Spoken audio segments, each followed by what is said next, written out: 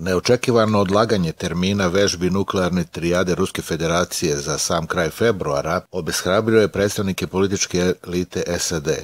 2022. godina je period novog svjetskog razvoja. Ova okolnost ne odgovara svima. Američko rukovodstvo odbija da trpi promjene, pa čak i zajednička izjava ruskog predsjednika Putina i kineskog predsjednika Xi Jinpinga o namjeri zemalja da se odupru agresivnoj ekspanziji Vašingtona Europi na Dalekom istoku i u Azijsko-pacifičkom regionu ukazuje da Sjedinjene Američke Države nisu baš potpuno trezvene. Nevolja Amerikanaca je što nikako ne mogu da prihvate jednostavnu istinu. Njihovo vreme na zemaljskoj kugli je prošlo.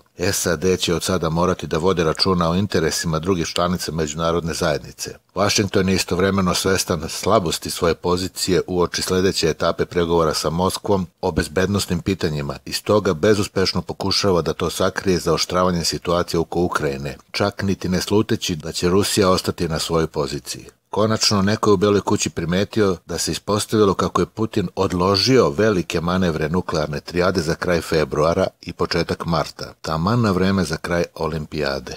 Ovaj nuklearni manevar Moskve izazvao je takav strah u američkim elitama da su ozbiljno razmišljali o tome da li vredi rizikovati sa Ukrajinom pre nove faze pregovora.